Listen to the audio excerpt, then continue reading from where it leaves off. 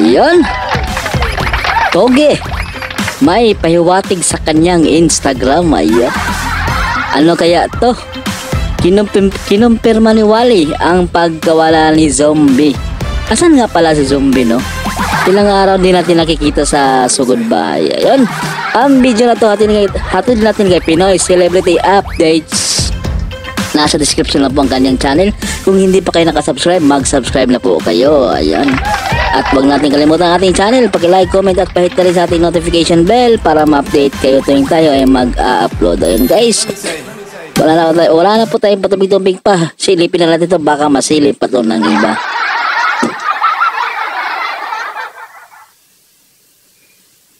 EAT kanina sa Sugod Bahay mga kapatid, Barangay segment, Secretary. Tuluyan na ipinakilala ang isa sa mga karakter ng Sugod Bahay mga kapatid segment na si Miss Miles Ocampo bilang Barangay Secretary. So nagulat nga ang lahat kasi hindi natin ine-expect na nung pagkawala ni Miles ay bigla po siyang lilitaw dito po sa Sugod Bahay mga kapatid. Kaya pala itong si Jose Manalo ay tila baga nagbibigay ng hudyat na meron siyang inaantay sa mga pagkakataon na yon, pero never po siyang nagbigay ng clue.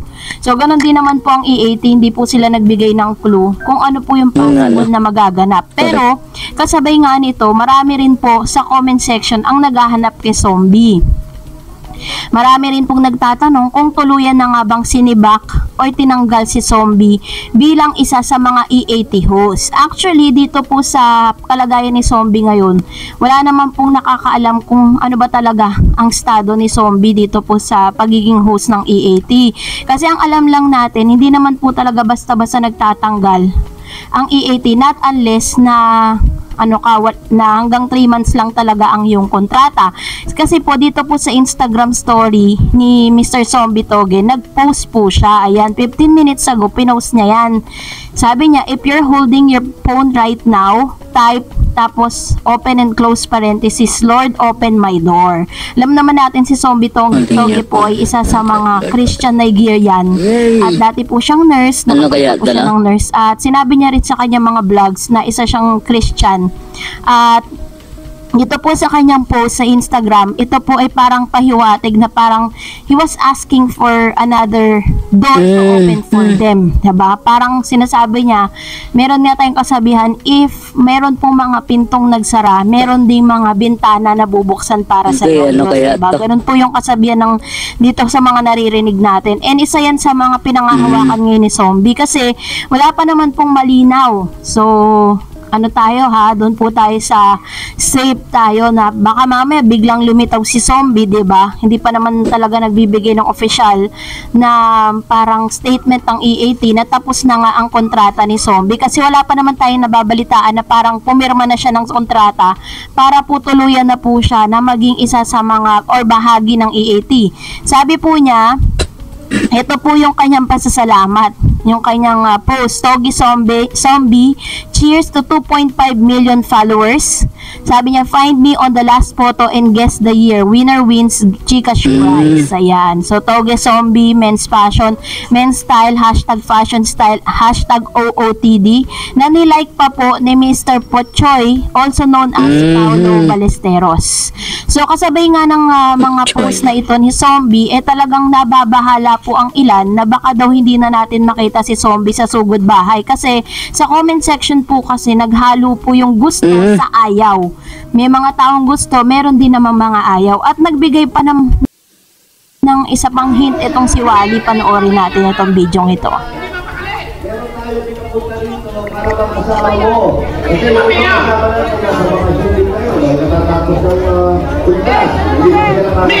Okay na kahit walang kasama, Mayor! Kanina po habang nag-aantay po sila sa paglabas nga ni Miss Miles Ocampo, sinabi ni Wally Bayola na hindi na daw di umano nila kailangan pa ng kasama.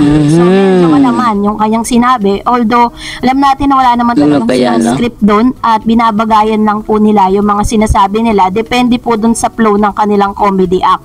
This time, I cannot conclude you that Mr.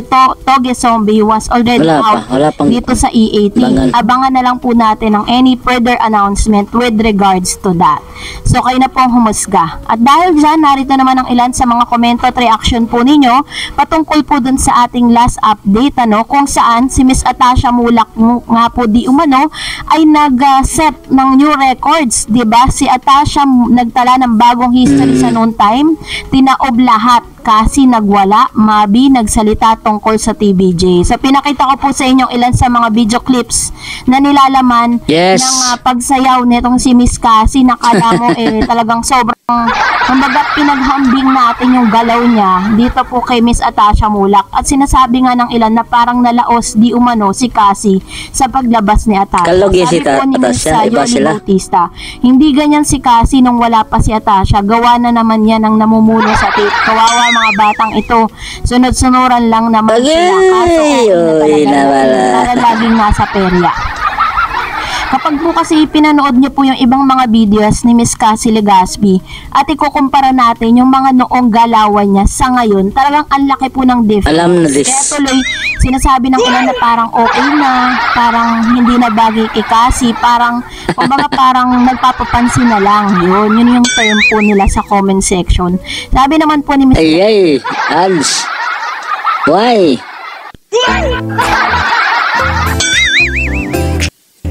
Sorry. Pinoy celebs. Skip muna. Po ni Mr. Lito Dionisio, Atasha has talented and beautiful girl. Nasa kanya na lahat ang magaling sumayaw. Dito nga sa tape ng sayaw lang ang alam at hindi marunong kumanta.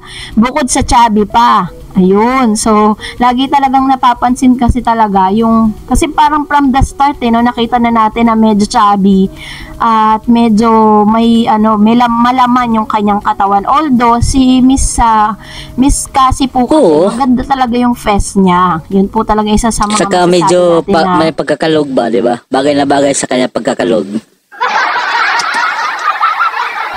Asset ni Miss Cassie Legaspi. Kasi yun nga lang, medyo mataba, no? Mataba.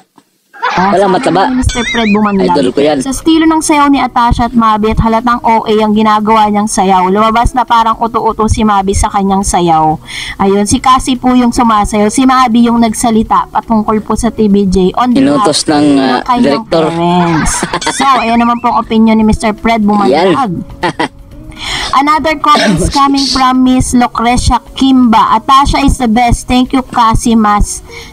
Cassie. Mas graceful si Atasha kay Cassie. Which is very hindi true, kasi diba? para sila maganda. Ang sister lang, si Atasha, ang bilis nag-boom, diba? Ano lang yun. Si Cassie hindi naman lalong sumikat eh. Iba talaga pag doon ka sa kabila sa TVJ, pasok, talagang ang bilis mo mag-boom, di ba? Katulad ni Atasha, di ba? Laging trending. Pansin po ninyo, di ba, na talaga namang mas graceful at talagang on point nga po yung mga galaw ni Atasha compared to Cassie. Kaya talagang we cannot help to but compare, no, di ba? Sabi po ni Miss Rasa 6573, Tash is way too far compared to Cassie. Tash is so gorgeous like beauty queen and elegant young woman with brain. And lots of and she knows lots of sport. Do not compare Tash with a low-profile artist. Laugh, laugh, laugh, laugh. Ayun. So, medyo natawa siya dun sa part na yun, Kasi parang hindi ata match na ikumpara itong si Tash kay Cassie. That's it for today. For more videos and updates, please don't forget to like and subscribe. Natin kay Pinoy Celebrity Update, guys. Kung hindi ba kayo nakasubscribe, mag-subscribe na kayo kay Pinoy Celebrity Updates at sa ating channel. Paki-like, comment at pahit na rin sa ating notification bell para ma-update kayo tuwing tayo ay mag-upload. And guys, sana ay may nakuha kayong chismis. Hanggang sa muli, ang Gold TV and yung lingkod, Babush.